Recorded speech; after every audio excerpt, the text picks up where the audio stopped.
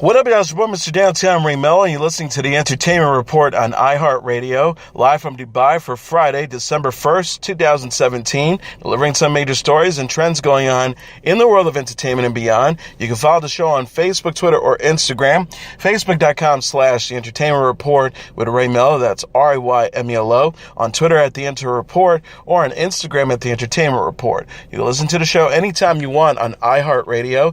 Just go to iHeart.com, or your iHeart phone app, search for The Entertainment Report, and it'll take you to the page.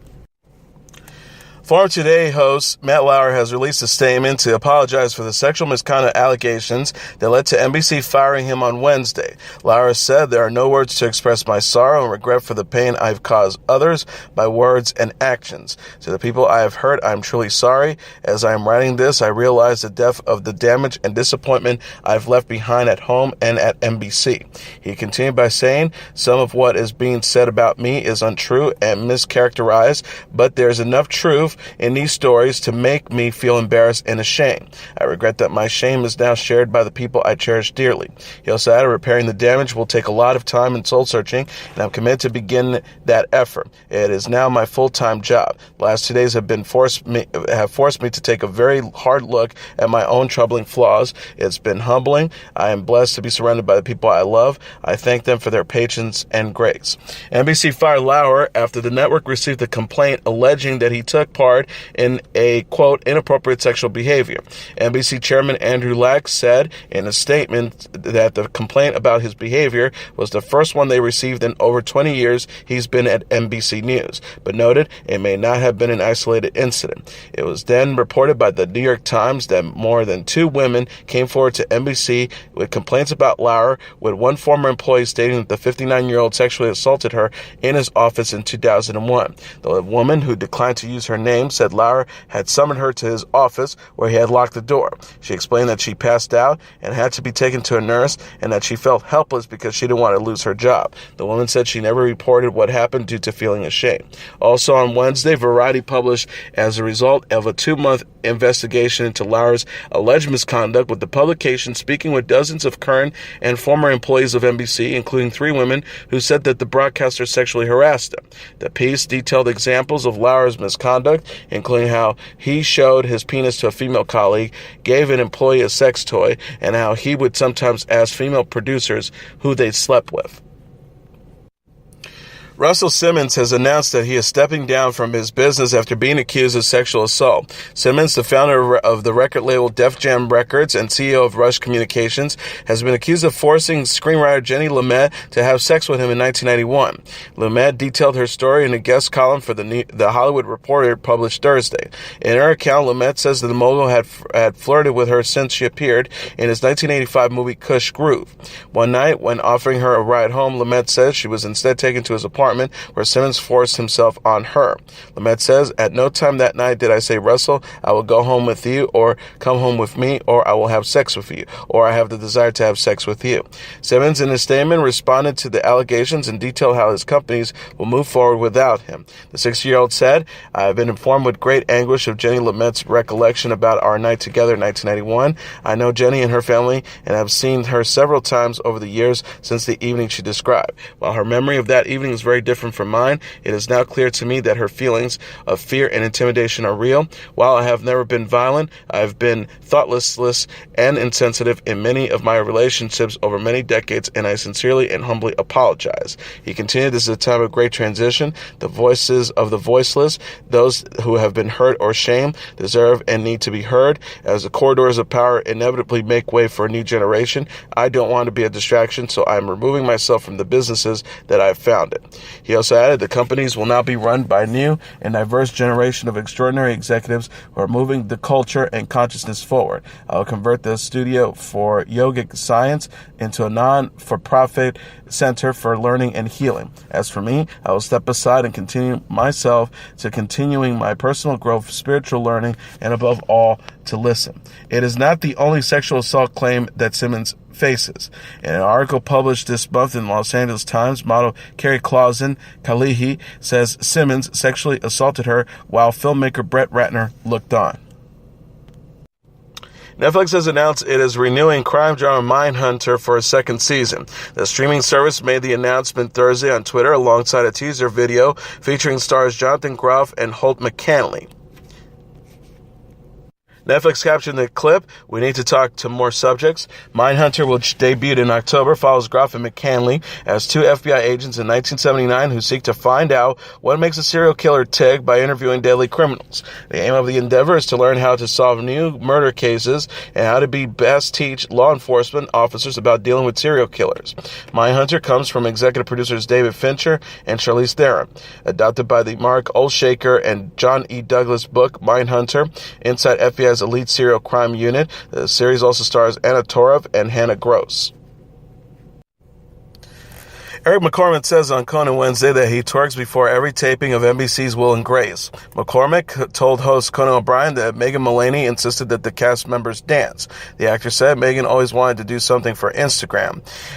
He continued on, noted that twerking is his only dance move. She always walks out just before the curtain goes up and she's like, "Guys, do a dance, do a Will and Grace dance." McCormack then displayed his twerking skills next to O'Brien, who joked, "It looks like you need to have some sort of corrective surgery." McCormack last made headlines in September when he shared that forks drop whenever he is seen out in public sharing a meal with Will and Grace star Deborah Messing due to fans thinking they are on television. Prince William personally delivered his son's letter to Santa while in Finland. The 35-year-old British royal handed over 4-year-old son Prince George's wish list to Father Christmas during the royal visit Thursday in Helsinki. Kensington Palace posted a photo of Prince William delivering the letter as he visited the Christmas markets in Esplanade Park. The prince was also captured greeting children holding miniature British flags. The palace wrote, "The Duke of Cambridge met Father Christmas in Esplanade Park in Helsinki." The Duke then handed over a letter written from Prince George to Father Christmas, #royal visit Finland, #Finland 100. Prince George said in the letter that he had been nice and asked for a toy police car, according to People. The young royal left the remaining 4 spots on his list blank. Prince William said, "I've seen you and I have to give you this letter." He hasn't written down many requests, so I think one request is probably okay. Prince William had reacted to brother Prince Harry's engagement to actress Meghan Markle after arriving in Finland on Wednesday. He told reporters he and wife Kate Middleton are very excited for the couple to wed. The prince says, "We're very excited and delighted for them both and wish them all the happiness in this very exciting time. For me personally, I hope it means he stays out of my fridge. He's been scrounging off my food the last few years. Very excited and delighted for both of them."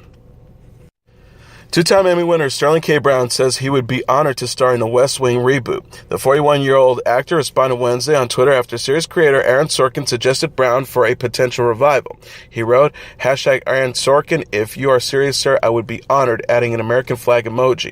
Sorkin had divulged in a new interview with The Hollywood Reporter that he occasionally considers NBC's standing offer to reboot The West Wing. He says original star Martin Sheen, who played President Jeb Bartlett, will also have a role. The producer suggested Sterling K. Brown as the president, and there's some kind of jam, an emergency, a very delicate situation involving the threat of war or something, and Bartlett, long since retired, is consulted in the way that Bill Clinton used to be consulted with Richard Nixon.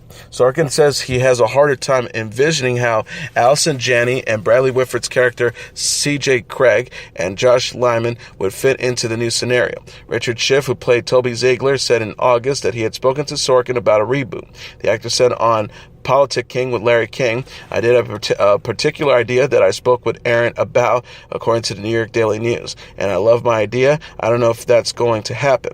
The West Wing had a 7-season run from 1999 to 2006. Brown is known for playing Christopher Darden on American Crime Story, The People vs. O.J. Simpson, and Randall Pearson on This Is Us. Celebrity couple Nina Dobrev and Glenn Powell are reportedly taking time apart. The 28-year-old actress and 29-year-old actor are on a break in part due to Dobrev's busy schedule, according to People. Sources told the magazine she's filming a lot. E! News reported that Dobrev and Powell have yet to decide the future of their relationship. An insider says there hasn't been an official split, but Nina and Glenn have been taking time apart. Nina just wrapped on a project, is about to start another, and her schedule has been a huge part of it. They haven't been spending time together since the end filmed this summer. Another source says that Dobrev and Powell are busy but haven't had any major fights, describing the actor as a very easygoing dude who avoids drama.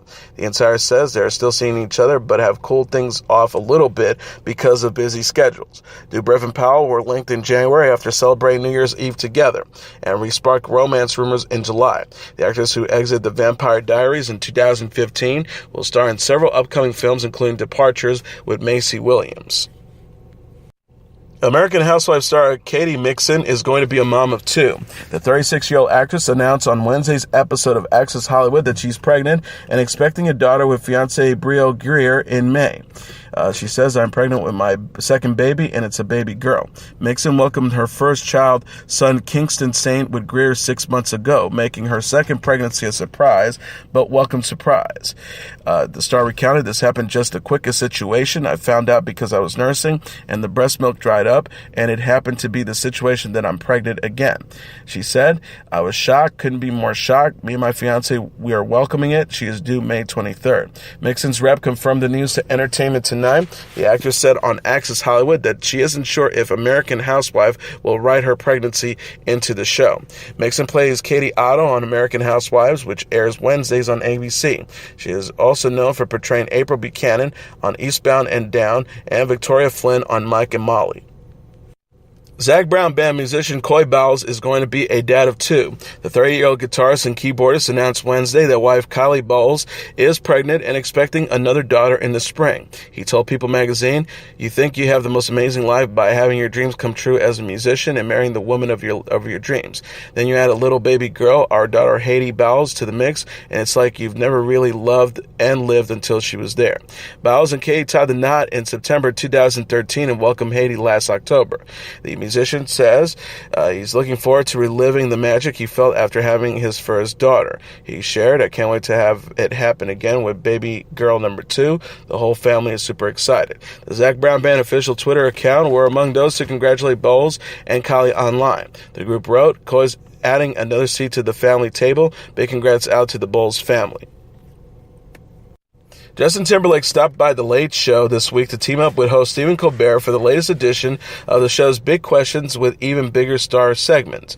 Timberlake, during a skit that involved Colbert asking celebrities mock philosophical questions, explained the origin behind his 2006 hit single Sexy Back. Timberlake joked that the song was about a neighbor's rabbit named Sexy that he was taking care of. He says they were worried I wouldn't return the rabbit, so I wanted to assure them via song that I was indeed bringing Sexy back. Timberlake said, "If you listen closely, it's all in the lyrics." Other moments from Timberlake's Late Show appearance included the pop star and Colbert harmonizing the national anthem, and Timberlake explained why church is the best place to practice singing. Colbert also asked Timberlake about his plans to headline the upcoming Super Bowl halftime show. Timberlake paused before alluding to his appearance during the controversial 2004 Super Bowl performance with pop star Janet Jackson. Timberlake said, "Apparently a lot of people watch the Super Bowl. I have learned that a lot of people watch the Super Bowl." And passing to report, actor-singer Jim Nabors, who starred on The Andy Griffith Show and the spin-off Gomer Pyle, has died at the age of 87. Nabors died Thursday in his home in Hawaii, Hawaii News Now reported. The performer's longtime partner and husband, Stan Callowalder, also confirmed his death to Indiana's WTHR, who reported that he died peacefully after dealing with years of health problems. Nabors is best known for portraying comedic gas station attendant Gomer Pyle in 23 episodes of The Andy Griffith Show, before reprising his role as the character in Gomer Pyle USMC for 5 seasons on CBS from 1964 to 1969. Nabors would go on to host his own variety show, The Jim Nabors Hour, for 2 seasons, and was a guest on other programs such as The Carol Burnett Show and The Sonny and Cher Show. He starred with his friend Burt Reynolds in 3 films, The Best Little Whorehouse in Texas, Stroker Ace, and Cannonball Run 2. Nabors also enjoyed a successful singing career, releasing 28 albums that included 5 gold records and 1 platinum record. He performed back home again in Indiana at the Indianapolis 500 for 42 years before ending his run in 2014. Nabors was 87. Singer and actress Selena Gomez is the most followed celebrity on Instagram for 2017. The 25-year-old star was followed by Portuguese soccer pro Cristiano Ronaldo, recording artist Ariana Grande and Beyonce, reality star Kim Kardashian, and singer Taylor Swift, according to Entertainment Weekly. Gomez boasted over 130 followers on the photo-sharing site.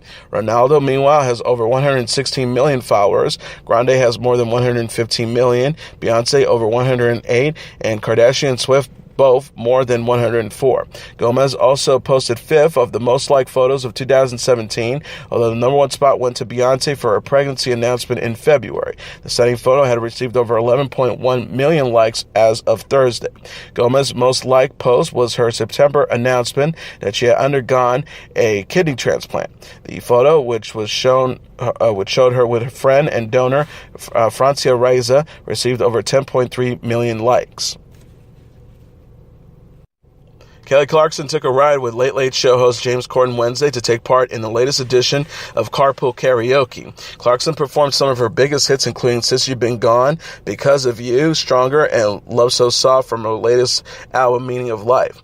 Corden also asked the American Idol winner to sing about everyday things, as he felt her voice can make anything sound good.